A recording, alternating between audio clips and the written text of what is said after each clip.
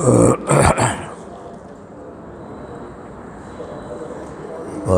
ओम हरिः ओम हरिः ओम हरिः ओम।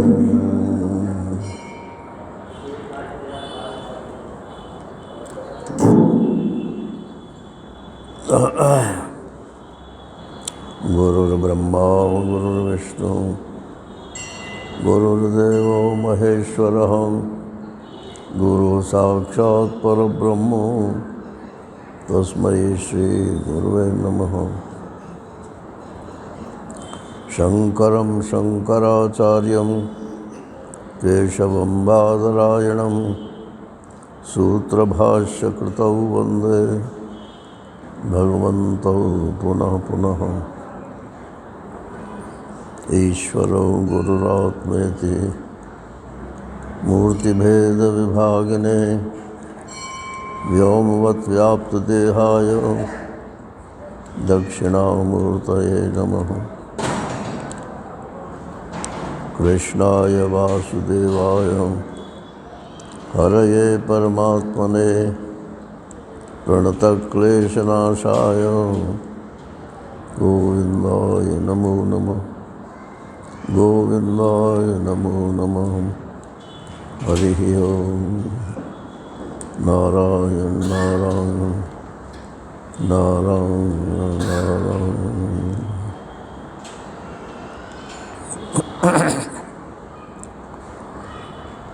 भगवान श्री कृष्ण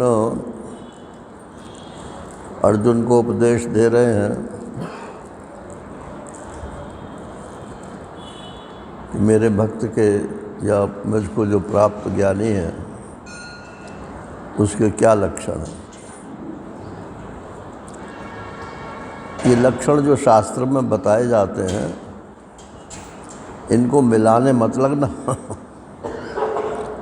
किसी दूसरे में मत मिलाने लगना, अपने में मिलाया ना।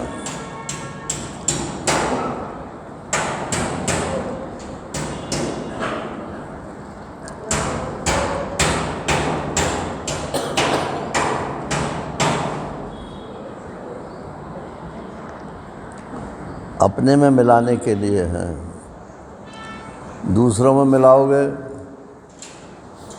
तो कुछ मिलेंगे कुछ नहीं मिलेंगे,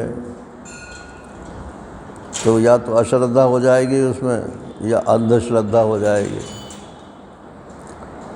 जिसमें अंधश्रद्धा है उसमें से 10 में से 4 भी मिल जाएंगे। अरे बोले बाकी 6 तो उनकी लीला है। और जिसमें श्रद्धा नहीं है उसमें अगर 6 भी मिल गए तो 4 के लिए कहेंगे कि कुछ ज़रूरी नहीं है कि 10 के 10 ही हो मेजॉरिटी तो हो ही गई।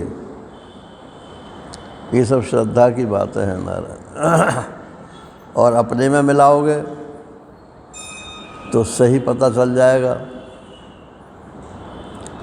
न तो आप अपने आप को ओवर रेटिंग कर सकते हो, करोगे तो पछताओगे, और ना अंडर रेटिंग कर सकते हो। अंडर रेटिंग करोगे तो आप डेस्परेशन क्या बोलते हैं उसे,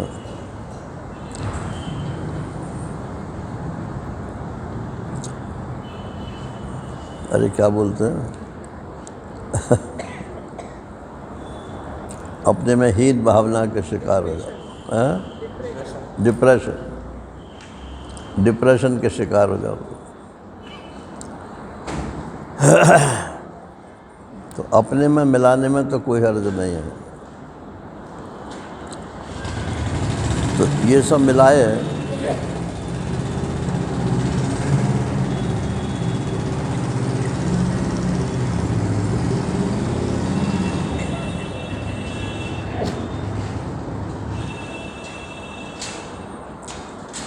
अब उद्धव जी पूछते हैं कि भगवान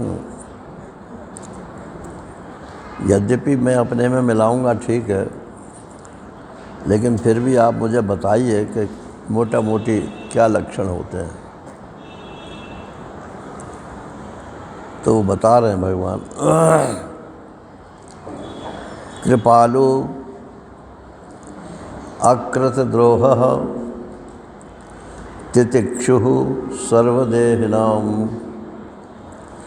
सत्यसारो अनवद्यात्मा समः सर्वोपकारकः। एक तो वो कृपालु होता है जो जिस भगवान को जो प्यार करता है या भगवान जिसको प्यार करते हैं वो सब पर कृपा करता है।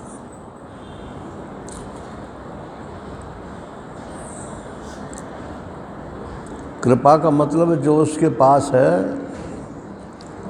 उसको लुटाता है। अधिकारी देख करके यदि लुटाता है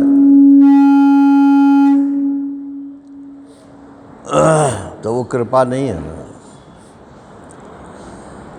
अनधिकारी को भी जो कहे कि ठीक है कोई बात नहीं, मेरा क्या बिगड़ता है, ले जा।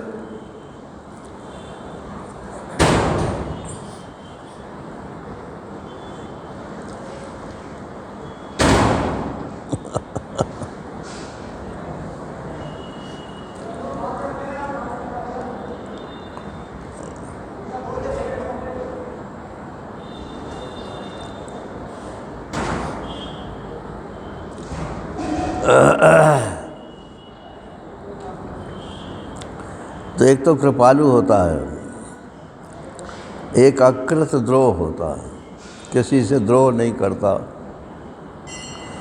वैर नहीं करता, और एक तितिक्षु होता है, माने दुख को सहन करने का सामर्थ्य होता है। जरा सा दुख पड़ा और हाय हाय करने लगे तो भगवान का ना भक्त है ना ज्ञानी है। सत्य सारा, उसके जीवन में सत्य ही एकमात्र सार है, और अनवद्य आत्मा, उसका अंतःकरण जो है वो पवित्र है, और समय है, सबके प्रति सम है, और सर्वोपकार का, सबका उपकार करने वाला है। ये मोटा मोटी लक्षण बताए हैं ना, सबके सब किसी एक में होने जरूरी नहीं है। अब इसका उल्टा समझ लो, जैसे सर्वोपकारक है, तो अगर आपके मन में किसी का अपकार करने की आती है तो आप ना ज्ञानी हो ना भक्त हो, ये मतलब है इसका।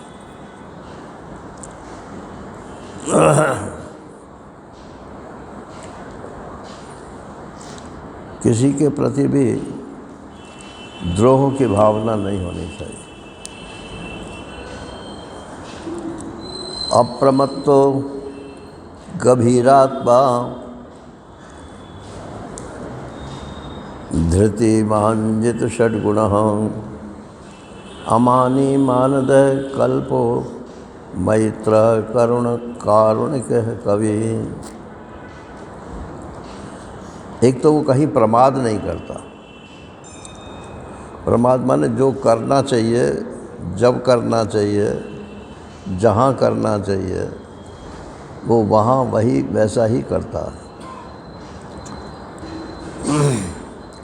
अब गए मातमपुरसी में, किसी के यहाँ डेथ हो गई और वहाँ बघाड़ने लगे ज्ञान।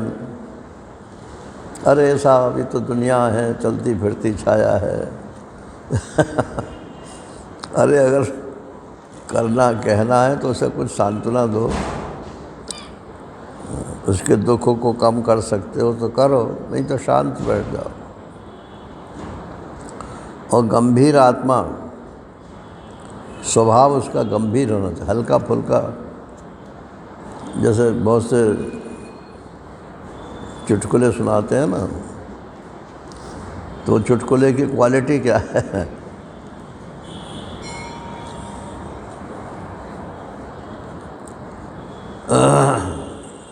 लोग तो अश्लील चुटकुले भी सुना देते हैं, तो लोग तो पसंद करेंगे, मगर अपनी ज़बान भी आपने ख़राब करी और उतनी देर आपका दिमाग भी खराब रहा।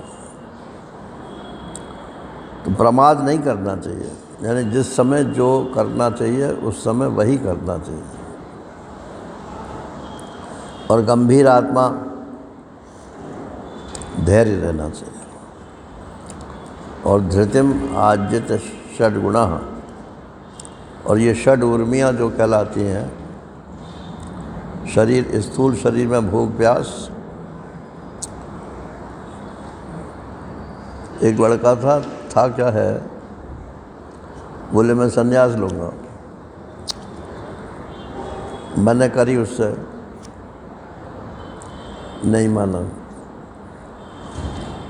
किसी दूसरे आश्रम में चला गया। वहाँ उन्होंने कहा कि भाई ये काम करो, ये काम करो, उसे नौकर बना दिया। और खाने को जो है दिन के 3 बजे दें, नाश्ता वाश्ता कुछ नहीं। अब वो आया एक दिन बोले मैं वापस जा रहा हूँ। क्यों? कि वहाँ तो मुझे नौकर बना दिया। तो मन के कहीं जाओगे सब जगह नौकर ही बनाएंगे। किसी के आश्रय से अगर आप संन्यास लेना चाहते हो तो संन्यास मत लो। अपना स्वतंत्र रूप से यदि आप रह सकते हो तो ले लो, कोई बात नहीं है। और अगर दूसरे के उसमें से लोगे तो वो तो कीमत वसूल करेगा अपनी। तो भूख प्यास और शोक मोह, मान अपमान, ये 6 ऊर्मियाँ कहलाती हैं, षड ऊर्मियाँ। तो ये षड ऊर्मियाँ उसके बस में रहती हैं।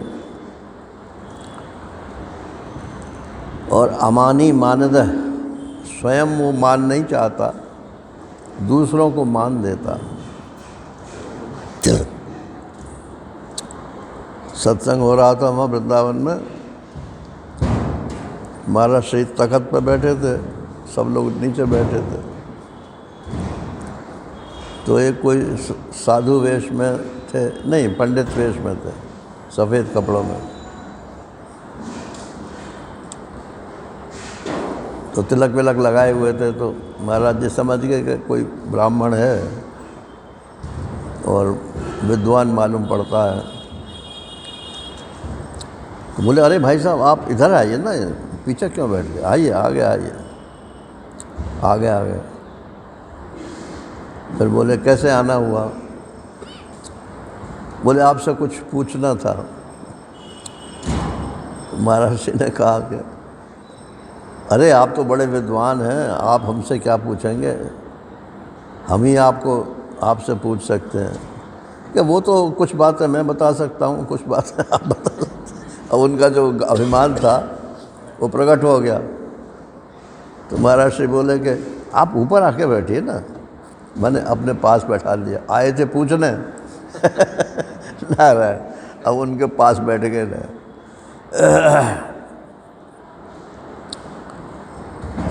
तो महाराज श्री तो अमानी थे, सबको मान देते थे, स्वयं मान नहीं चाहते थे।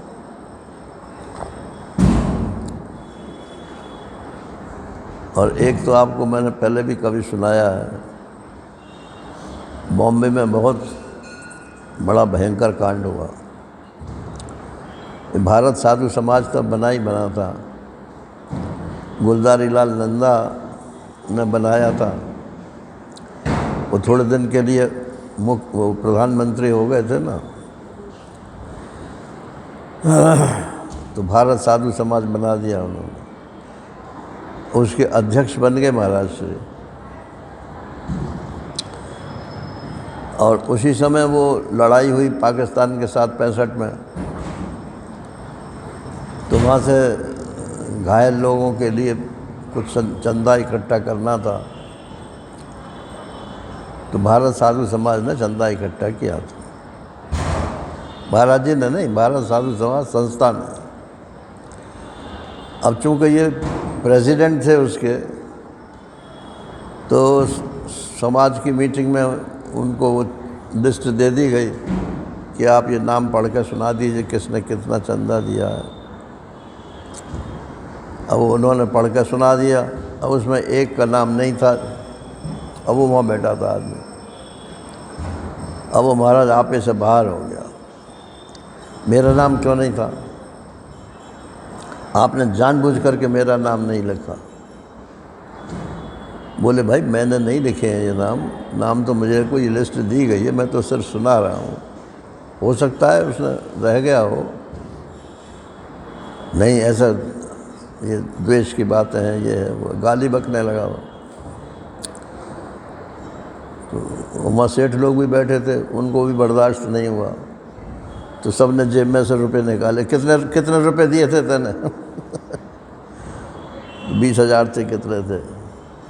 तो फेंक के मारे नोट उसके ऊपर, ले अपने 20,000 रुपये यहाँ से जा, तुझे किसी का हक अपमान करने का हक नहीं है।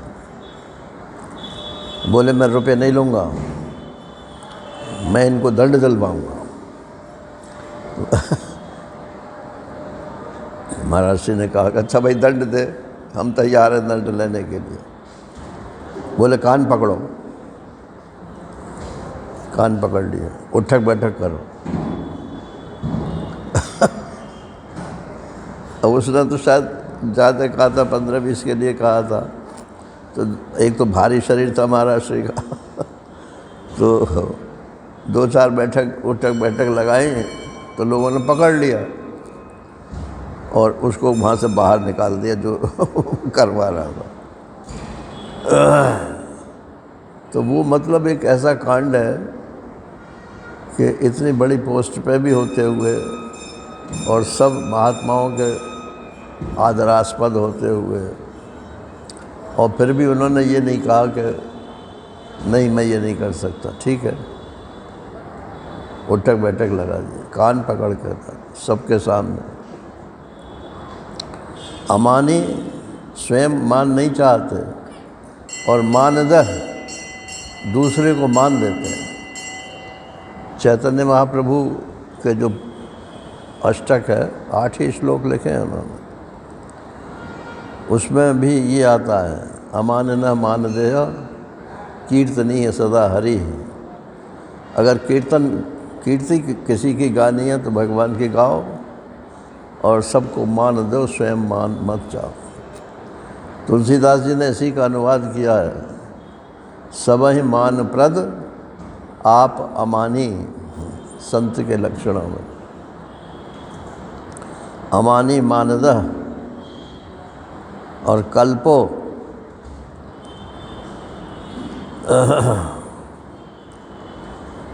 कल्प माने योग्य के होता है। जैसे कहते हैं ये सन्यासी कल्प है, नहीं सन्यासी तो नहीं है मगर सन्यासी की योग्यता, सन्यास की योग्यता रखने वाले हैं, तो सन्यासी कल्प है। ये विद्वत कल्प है, ये विद्वान की कल्प माने योग्यता रखने वाले हैं।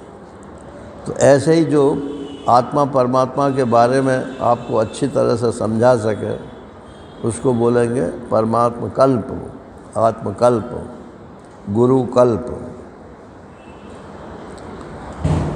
सबको मान देता है, स्वयं मान नहीं चाहता, और परमात्मा की बात बड़े ढंग से सबको समझाता है। और मैत्रः, मित्रता का भाव सबसे रखता है। और कारुणिकः, करुणा करता है सब। और कवि ही क्रांतिदर्शी, उसे आगे पीछे सबका ज्ञान रहता है।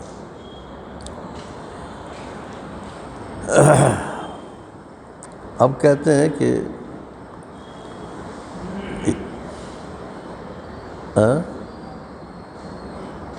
अब कहते हैं कि मान लो कोई विद्वान नहीं है तो क्या वो भगवान का भजन नहीं कर सकता, भक्त नहीं हो सकता, ज्ञानी नहीं हो सकता? विद्वत्ता से कोई इसका संबंध नहीं है, इसका संबंध हृदय से। उसका अंतःकरण मौन का है या कठोर है। अगर अंतःकरण उसका मौन का है, पिघल जाता है दूसरों के दुख सुना है। तो उसमें सद्गुण आएंगे और वो परमात्मा के लायक हो जाएगा।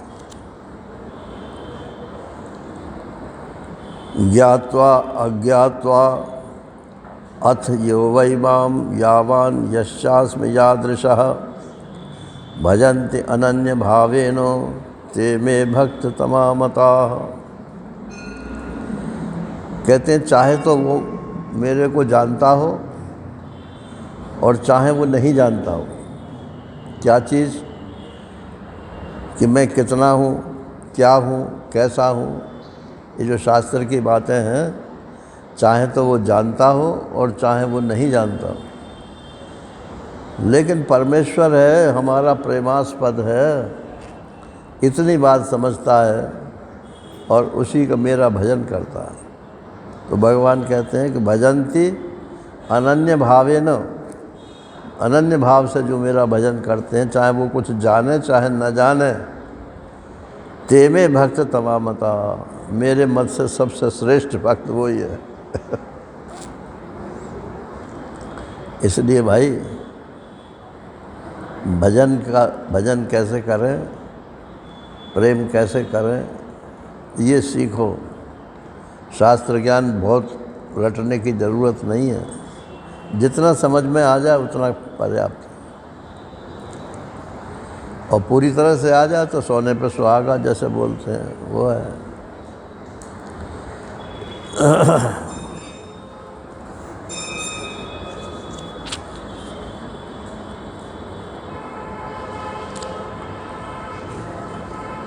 अब आखिर में कहते हैं प्रायेण भक्ति योगेन सत्संगेन बिना उद्धव नोपायो विद्यते संध्र्यं प्रायणम ही सतामहम। ये 48वां श्लोक। प्राया भक्ति योग के द्वारा और सत्संग के द्वारा। सत्संग किसे कहते हैं नारायण? जहाँ भगवान की चर्चा हो उसको भी सत्संग कहते हैं, लेकिन असली सत्संग जो है वो सताम संग सत्संग, ये परिभाषा है। सत्पुरुष का साथ जो है वो सत्संग कहलाता है। कथा कहानी तो कोई भी सुना सकता है, किताब पढ़ ली, भगवान की दया से किताब में भी पढ़ के सुना दो या याद हो जाए तो बहुत अच्छी बात है। एक ब्रह्मचारी ही थे, तो वो आचार्य जी के पास आए, वहाँ स्वामी भागवतानंद जी के पास। बोले मैं भागवत करना चाहता हूँ और मैं संस्कृत पढ़ा हुआ हूँ नहीं, तो क्या करूँ? बोले संस्कृत पढ़ने की ज़रूरत ही नहीं। थोड़े मजाकिया भी थे वो। बोले संस्कृत पढ़ने की ज़रूरत ही नहीं है, कथा करने के लिए संस्कृत की क्या ज़रूरत है?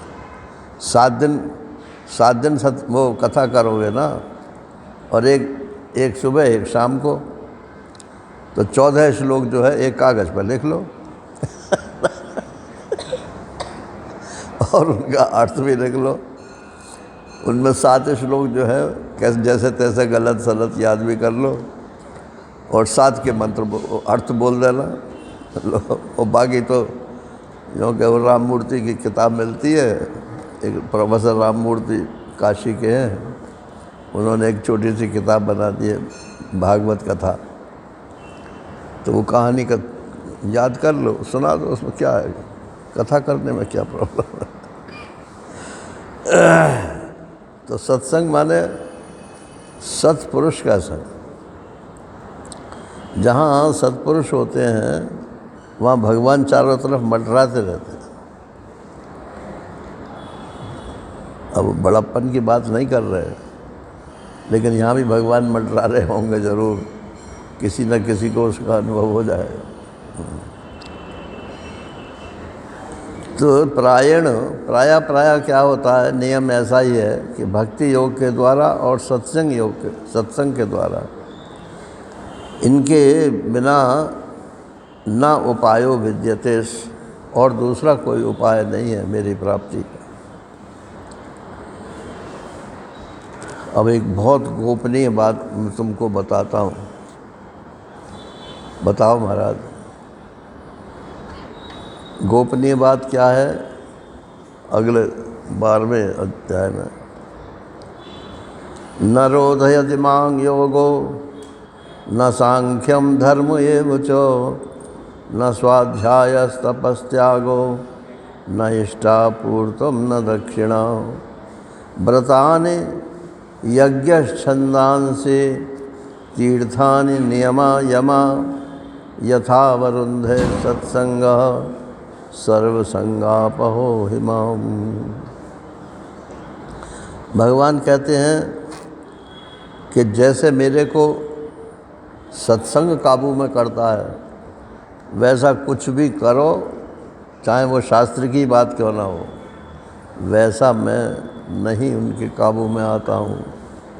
न रोधयति माम योगो, न तो योग से मैं रोका जा सकता हूँ। न सांख्यम, या सांख्य माने सांख्य योग मत समझ लेना, सांख्य माने ज्ञान होता है। न योग से, न सांख्य से, न धर्म से, न स्वाध्याय से, न तप से, न त्याग से, न इष्टापूर्त कर्म से, न बड़ी बड़ी दक्षिणाओं से, न व्रतों से, और न वेद पाठ से, न यज्ञ से, न तीर्थों से, न नियमों से, न यमों से, जैसा मैं उनके हृदय में रुक जाता हूँ सत्संग के द्वारा, वैसा इनमें से किसी के द्वारा नहीं। कहने का अभिप्राय ये है कि सत्पुरुष के मुंह से जो बात निकलती है वो ऐसे ही समझो जैसे बंदूक की नली में से गोली निकलती है। महाराज श्री इसका उदाहरण ऐसे ही देते थे कि एक मान लो आप गोली ले लो हाथ में और उसे फेंक के मारो किसी को, तो क्या होगा? फट से आवाज़ होगी, नीचे गिर जाएगी। और उसी गोली को बंदूक की नली में लगा करके और फिर छोड़ो तो वो बेचारा मरी जाएगा, जिसके ऊपर जाके वो पड़ेगी। गोली वही है, लेकिन जिस माध्यम से वो निकलती है उसका असर होता है। तो वही बात जो एक सत्पुरुष कहता है उसका असर दूसरा होता है, और जो एक साधारण व्यक्ति कहता है उसका असर दूसरा होता है।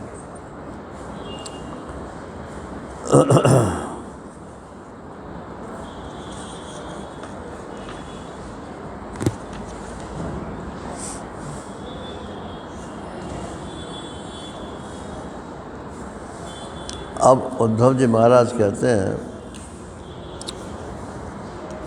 कि भगवान आपकी बात तो मेरी समझ में आ रही है,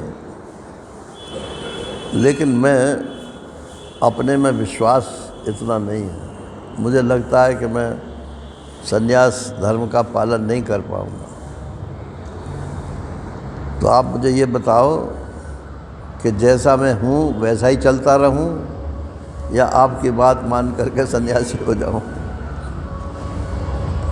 ये सन्यास तो लक्षण है मेरा, सन्यास मुख्य तात्पर्य नहीं है।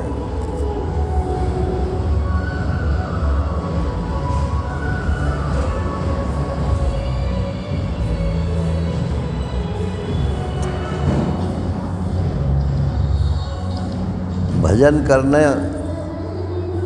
मैं भजन करूं या दुनिया का काम करूं?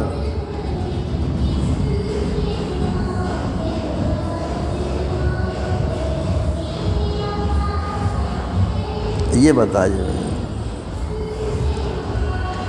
तो भगवान क्या कहेंगे आप बताओ जरा, क्या कहना चाहिए? अरे काम तो सारी ज़िंदगी होते रहेंगे, भजन के टाइम पे भजन कर लो, यही कहेंगे ना। लेकिन भगवान ये नहीं कहते। भगवान कहते तुम्हारी ये दुविधा निकलनी चाहिए। तुम्हें सन्यास में कोई विशेषता लग रही होगी और इस समय जो है वो विशेषता नहीं लग रही होगी, इसलिए ये द्वंद्व पड़ा हुआ है तुम्हारे चित्त। अरे मैं ही सब कुछ बना हुआ हूँ, तो वर्तमान में तुम अपने को ऐसा क्यों नहीं समझते हो कि परमात्मा ही सामने है? अगर मैं दुकान भी कर रहा हूँ तो मैं परमात्मा के लिए कर रहा हूँ, ग्राहक जो है वो ग्राहक नहीं है, वो भगवान है। ऐसा क्यों नहीं समझते? कुछ दिन ऐसा समझ के देखो, मगर इसका दूसरा मतलब मत निकाल लेना नारायण। एक सन्यासी भी यही समझता है कि सब भगवान है, और एक गृहस्थ भी यही समझता है कि सब भगवान है, एक योगी भी यही समझता है कि सब भगवान है। फिर अंतर क्या है सब में? अंतर है, जो चीज़ श्रेष्ठ है वो श्रेष्ठ रहेगी, जो कनिष्ठ है वो कनिष्ठ रहेगी। एक ही जगह अगर 3 आदमी आवे तो जो आदर सन्यासी का होगा वो गृहस्थ का नहीं होगा, भले ही चाहे बराबर के ही हों। तो बोले ये तो लोक की बात हो गई, तो भगवान के यहाँ क्या है? बोले भगवान भी सन्यासी का ही आदर करते। इसने मेरे लिए सब कुछ छोड़ दिया। सब कुछ छोड़ना इष्ट नहीं है, किसके लिए क्या छोड़ा? मैं कह रहा हूँ सब भगवान है, सब भगवान है, वो कहते ठीक है सब भगवान है, लेकिन मुझे तो ये वाला भगवान चाहिए, बाहर वाला भगवान नहीं चाहिए मुझे। तो बाहर वाला भगवान भीतर वाले के लिए बाहर वाला छोड़ दिया। ये कोई सरल बात नहीं है नारायण। लेकिन ये द्वंद्व तो हट जाएगा कि छोड़ू कि ना छोड़ू। स एष जीवो विवर प्रसूति प्राणेन घोषेण गुहां प्रविष्ट मनोमयं सूक्ष्ममुपेत्य रूपं मात्रा स्वरोस् वर्ण इति स्थविष्ट। अब ये योग की बात कह रहे हैं। वैसे देखो संसार में ये क्या चीज़ है? बोले रुमाल। तो रुमाल इसका नाम है ना, और वस्तु क्या है? कपड़ा। वस्तु तो है कपड़ा और नाम है इसका रुमाल। वस्तु हो और नाम ना हो तो सब एक ही तरह की हो जाएंगे। इसको भी आप वही वस्तु समझोगे, इसको भी वही वस्तु समझोगे। नाम जो है वो अलग अलग कर देता है, लेकिन अलग अलग करते हुए भी उनमें जो एकता है उसका बोध भी नाम ही कराता है। तो कहते हैं पहले यहाँ देखो शब्द जो है वो कैसे उत्पन्न होता है।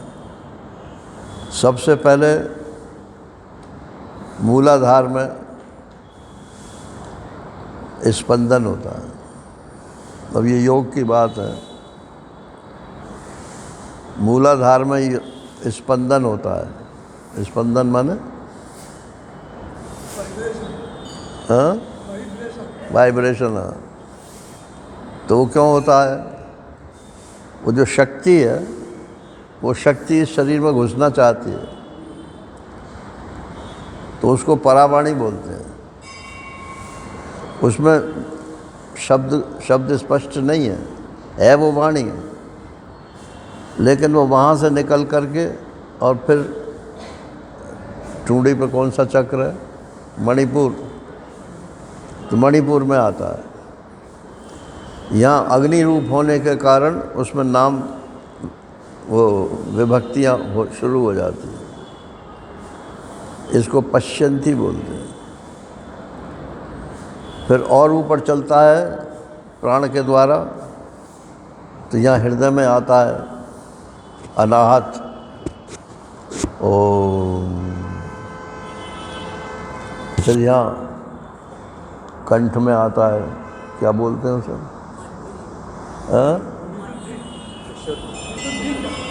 विशुद्धि नहीं, विशुद्ध। विशुद्ध चक्र में आता है। फिर इसके बाद मुंह में आता है। तो वैखरी मुंह में, वहाँ विभाजन हो जाता है। पूरा पूरा विभाजन हो जाता है। और जब कंठ में रहता है तो विभाजन कम होता है। स्वप्न जो होता है वो कंठ वाले में होता है, और ध्यान जो होता है वो अनाहत में होता है। और पश्यंती जो है वो वेद मंत्र जहाँ से निकलते हैं नारायण, वेद मंत्र जहाँ सुनाई पड़ते हैं वो पश्यंती में होता है। और परावाणी जो है वो मूल है, जो ईश्वर के संकल्प से होता है। तो ये सारा नाम रूप जो है, ये बोले ये रुमाल है, ये माइक है, ये घड़ी है, ये फलाना है, ये ढमका है, ये नाम और रूप का विभाजन जो हो गया, ये अंत में जा कर के होता है। लेकिन वही परावाणी जो है वो दो जगह विभाजित हो गई, एक नाम में और एक रूप में। नाम और रूप अलग अलग नहीं है।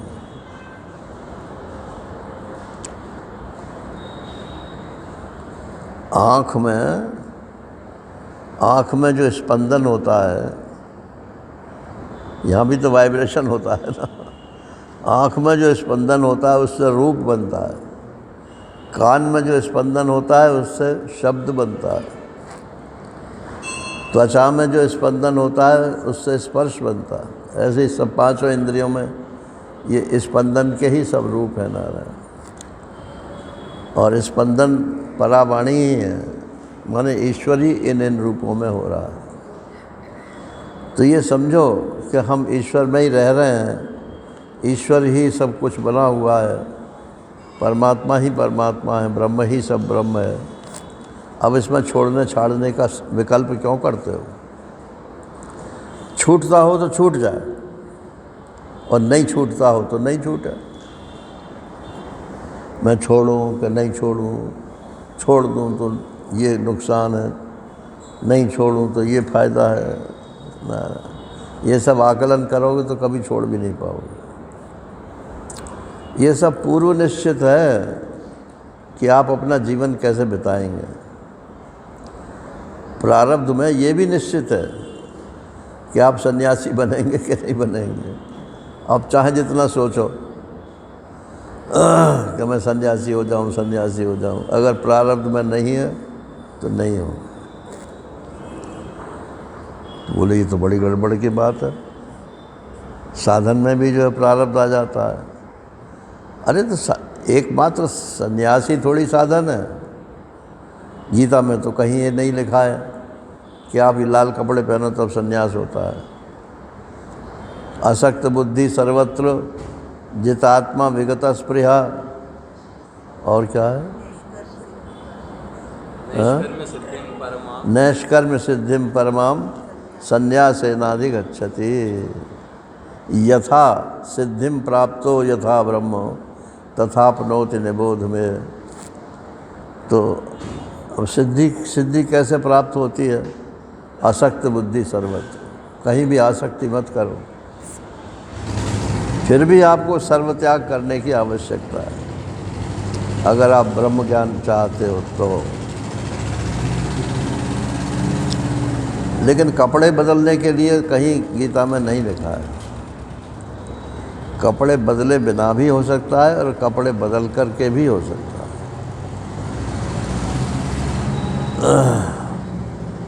अनाश्रितः कर्मफलम कार्यम कर्म करोति यः स सन्यासी च योगी च न निरग्निः न चाक्रियः। कर्मफल की आशा छोड़ दो और जो कर्तव्य कर्म है वही करो बस। कार्यम कर्म करोति है, दूसरे कर्म मत करना, जो करना चाहिए वही करो और फल की आशा छोड़ दो। बोले ये सन्यासी है। 5वें अध्याय में क्या कहते हैं? ये तो छठे का था। 5वें में क्या कहते हैं? ये स नित्य सन्यासी यो न द्वेष्टि न कांक्षति। तो उसको तुम नित्य सन्यासी ही समझो, जो न तो द्वेष करता है और न कुछ चाहता। मन राग द्वेष छोड़ दो, हो गए सन्यास। और कपड़े तो पहन लिए लाल नारायण, और राग द्वेष गया नहीं चित्त में से, तो वो संन्यास नहीं है।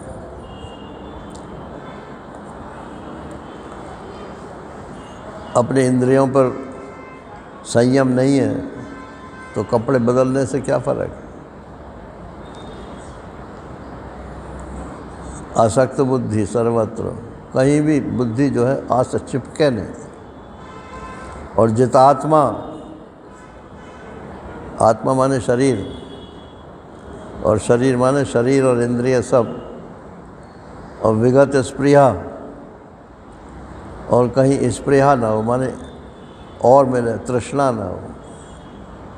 जो प्रारब्ध से मिल जाए वो ठीक है, नहीं मिले वो भी ठीक। यही तो संन्यास, यही संन्यास और क्या। नैष्कर्म सिद्धिम परमाम संन्यासे नाधिगच्छति। ये नैष्कर्म सिद्धि है, माने कर्म होते हुए भी कर्म का फल प्राप्त नहीं होता।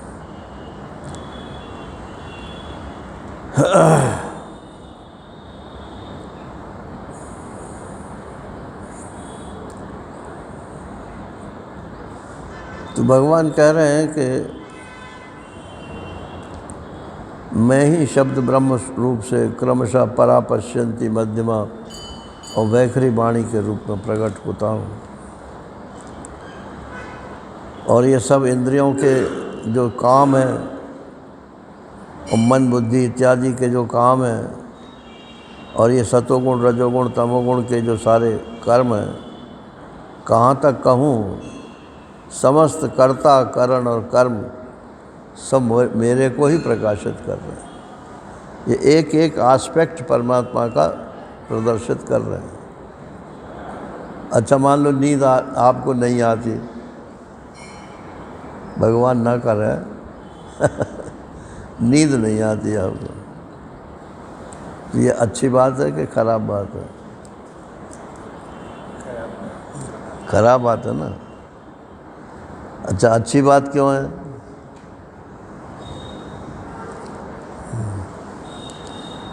अब उड़िया बाबा जी महाराज जो कहते थे कि जो समाधि लगाते हैं उनको 2.5 घंटे की नींद पर्याप्त है।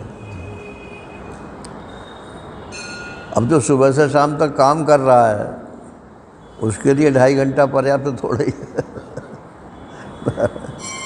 तो ये नींद भगवान ने इसलिए भेजी है, ये तमोगुण जो है, सुषुप्ति जो है, ये भी परमात्मा का स्वरूप है।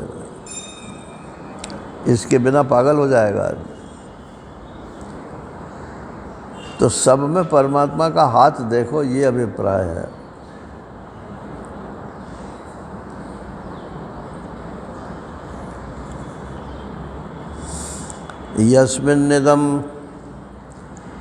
यस्मिन्निदं प्रोतमशेषमोतं पटो यथा तन्तु वितान संस्थः य एष संसार तरु पुराण कर्मात्मकः पुष्प फले प्रसूते।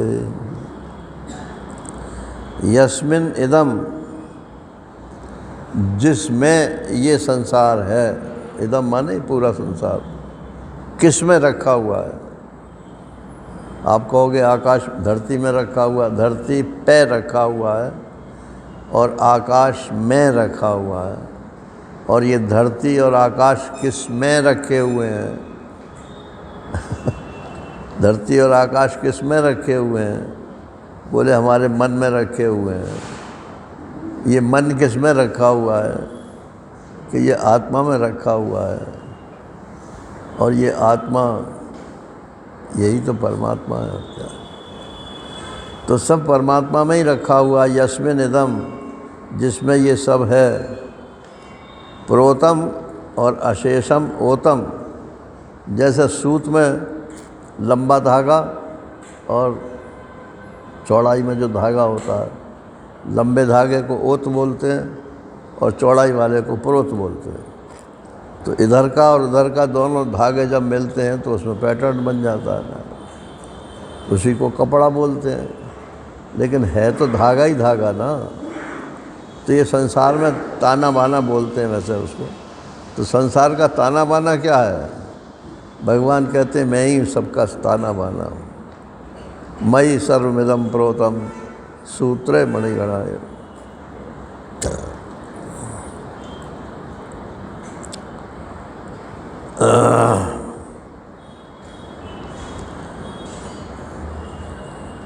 तो सूत जो है वो तो वस्त्र के बिना भी रह जाता है, लेकिन जगत के न रहने पर भी परमात्मा रहता है। ये जगत परमात्मा स्वरूप ही है, परमात्मा के बिना इसका कोई अस्तित्व नहीं।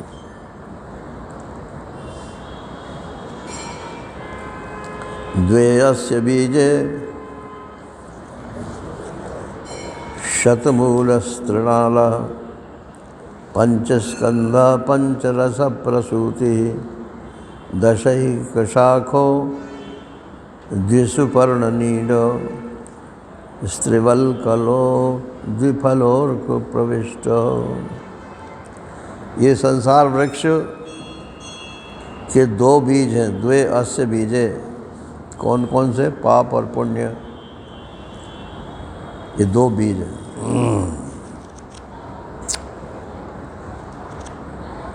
15वें अध्याय में क्या है? ऊर्ध्वमूलो वाक्शाखा अश्वत्थम प्राहुरव्यम छंदांसि यस्य पर्णानि यस्तं वेद स वेदवित् अधश्च ऊर्ध्वम प्रसृतास्तस्य शाखा गुणप्रवृद्धा विषयप्रबाला और अधश्च मूला ननुसंततानि कर्मानुबंधिनी मनुष्यलोके। ये सब बट वृक्ष की शाखाएं फैली हुई हैं ना, ये कर्म की शाखाएं हैं। इसी में सब पशु पक्षी मनुष्य देवता असुर सब इसी में बने हुए हैं। तो संसार वृक्ष के दो बीज हैं, पाप और पुण्य। वासनाएं जड़ हैं और 3 गुण तने हैं। पंचभूत इसकी मोटी मोटी प्रधान शाखाएं हैं। 5 विषय रस हैं। 11 इंद्रियां शाखाएं हैं और जीव और ईश्वर 2 पक्षी हैं जो इसमें घोंसला बनाकर रहते हैं। इसमें 2 तरह के फल लगते हैं, सुख और दुख। और ये विशाल वृक्ष सूर्यमंडल तक फैला हुआ है। नारायण। अदंति चैकम फलमस्य गृध्रा ग्रामैकचरा एकमरण्यवास हंसाय एकम बहुरूपमिज्यै मायामयम वेद स वेद वेदम।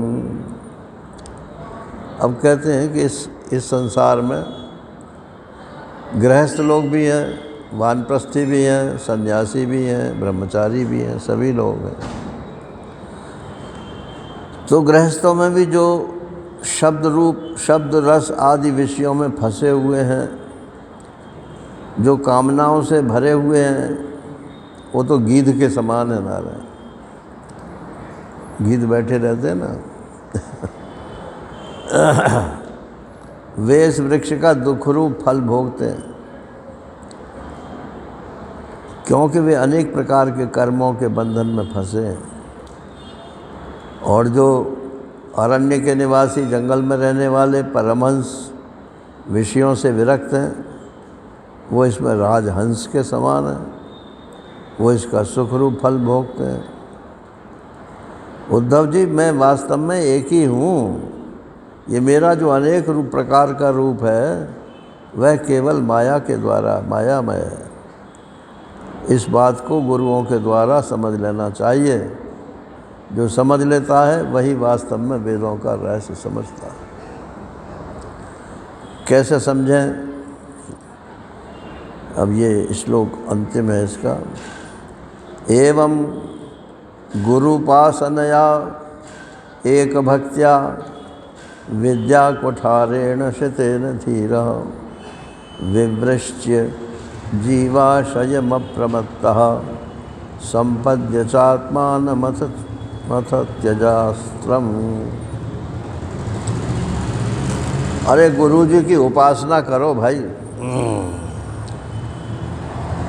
देखो, गुरु का एक तो शरीर होता है, तो शरीर तो हमेशा रहेगा नहीं ना रहे। और अगर गुरुजी बुढ़े हैं तो वो पहले वही मरेंगे। तो जब तक शरीर है उनकी सेवा करो, यही उनकी उपासना है। और जो वो ज्ञान बतावें उसको धारण करो, प्रश्नोत्तर करके उसको क्लियर करो।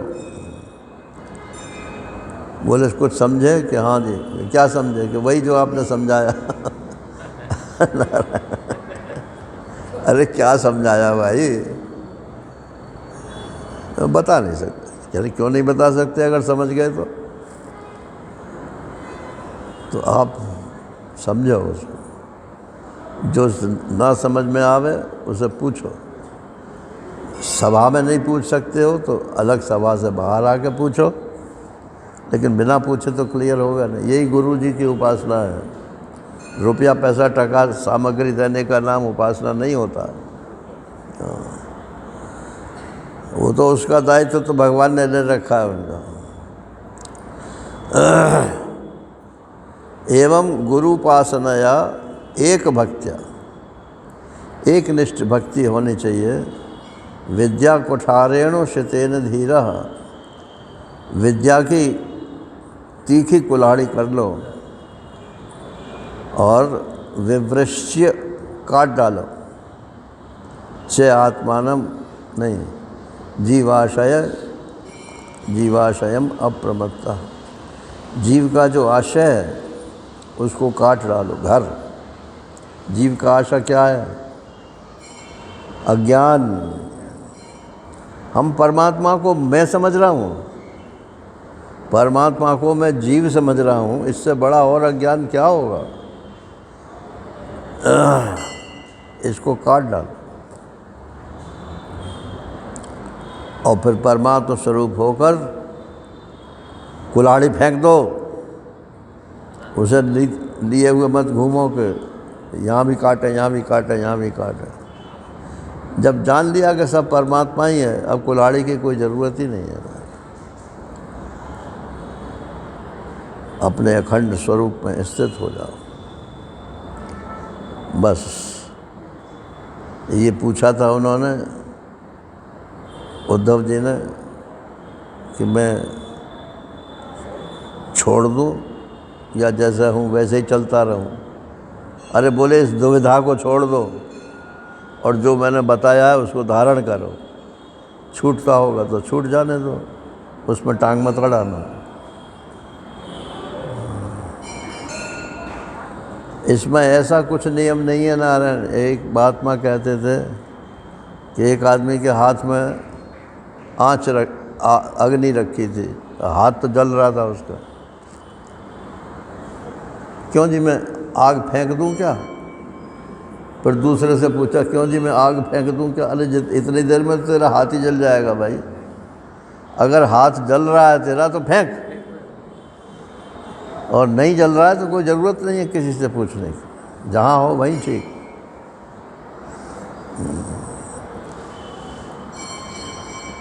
अब अगला अध्याय जो कल होगा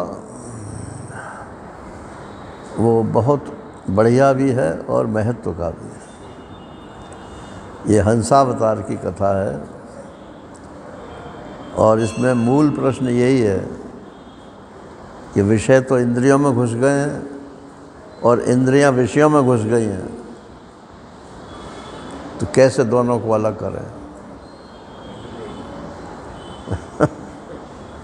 तो भगवान कहेंगे दोनों को फेंक दो, एक को दूसरे से अलग कर नहीं सकते हो।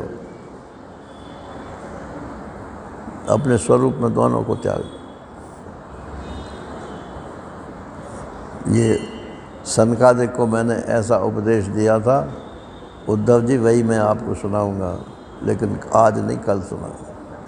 हरि ओम पूर्णमदः पूर्णमिदं पूर्णात् पूर्णमुदच्यते पूर्णस्य पूर्णमादाय पूर्णमेवावशिष्यते। ओम शांति शांति शांति। हरि ओम। श्री गुरुभ्यो नमः। हरि ओम नारायण।